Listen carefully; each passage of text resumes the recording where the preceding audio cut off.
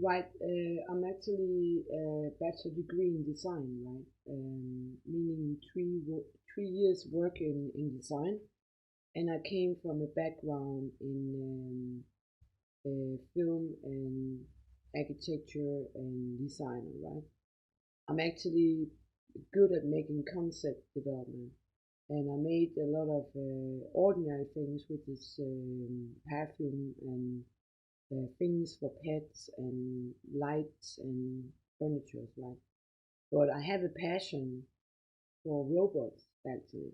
You didn't know that, but and that's because um, I think there's a lot of work that humans do that are very harmful for them. That could be like forest areas. That could be building construction, which is very road construction, which is very very heavy work for even in the strongest man will be broken down, right?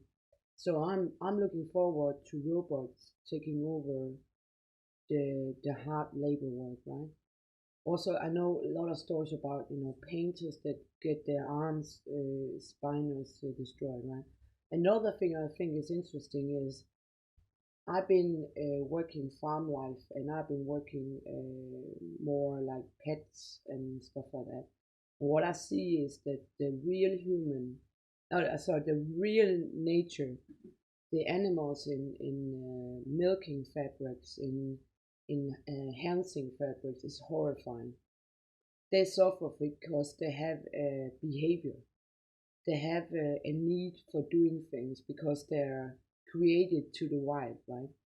So they suffer when they can't do what they are supposed to. The cow loses its calf. That is traumatic, and they suffer.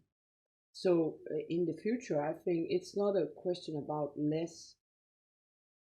You can actually construct milk superficial, and I think that milk is actually not as good for human that we want to think. It's a substitute for the woman's milk to the child, and actually a lot of children get allergic from cow milk, right? I also think that milk is maybe having some. I mean, it's made for babies, and it's maybe not made for adults, right? Water is probably more healthy. So basically, the milk is maybe overrated as a consumer winning, right? And I think that superficial milk made of something else, you can easily make it so it tastes like milk and it has even better ingredients, right? The same I think about meat. I've been tasting meat mixed with green stuff, and I couldn't tell difference. I also tested like soya meat is wonderful. It's no problem. The thing is that if you talk about cutting it, cuts the meat off, people get what? And I do also. I think that I can keep up not eating proteins. I can't work if I don't get protein. So I will have to search for protein in soya, in beans, but I don't want to eat like raw beans every day. I want to have them, um, made into something, right? So there's a whole world of protein that's not really working, right? Another thing I notice about the animals is that capture thing. In the zoo, you have wild animals that even they're not even bred domestic; they're genetically wild. Where a lot of the animals we have is inbreed. They're simply not clever enough to understand what they lose. If you have an inbred dog, uh, that dog is inbred in a way that it doesn't really know the wild nature it has, right? But a wild animal put into a cage is suffering, and they are. It's not like the zoo that the animals can go in and hide.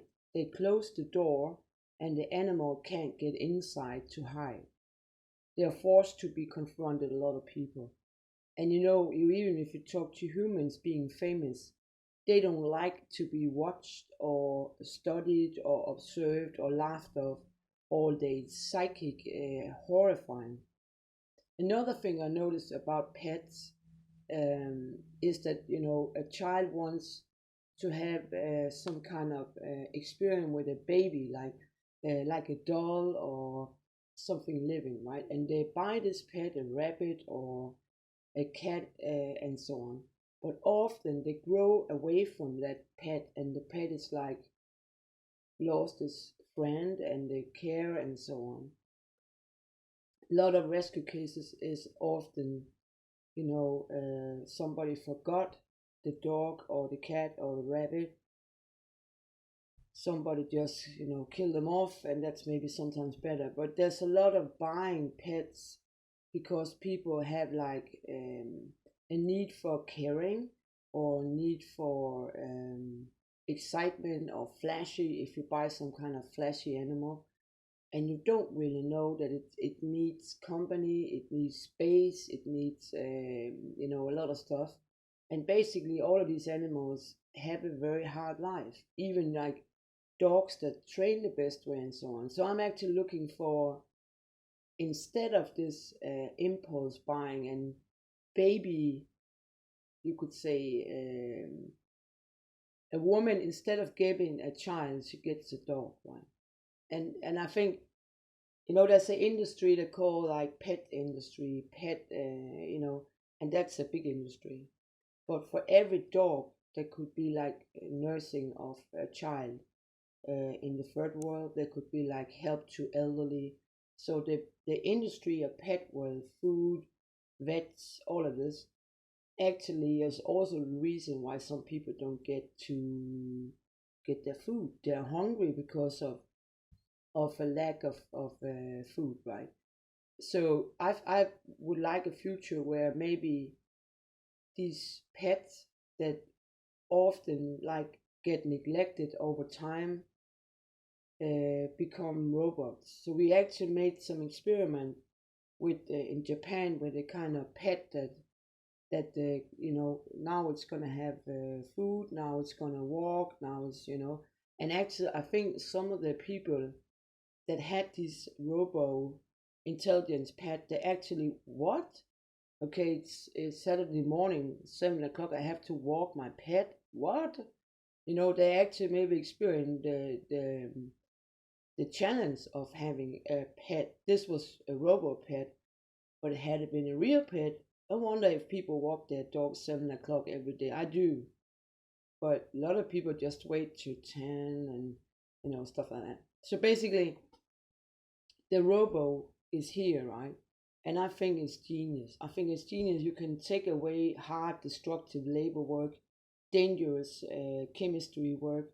You can take away the pain from industry, farm animals. You can take away the pain from pets. Genius. And right now it's just they have the technology and they have the animation, fur and faces and so on. It's just a question of time before you can get like an intelligence animal that really looks like an animal with the fur and everything and the mimics, and you got an intelligence. Maybe they can even like, I would actually suggest that the animal robot maybe had some kind of, I don't know, wise word, advice, supportive to children, so they could like use it as a lexicon or something, that it because they children often talk to pets, right? But sadly they don't answer back. But this robot could actually give advice or have a funny joke or something, so the company was there.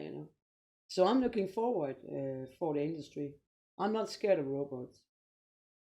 The most scary about people if they're not true about what they're doing. Robots will always be like programmed. They are always in control of the human being. So this about that the Hollywood is trying to freak out people about robot is just a joke from Hollywood, I think.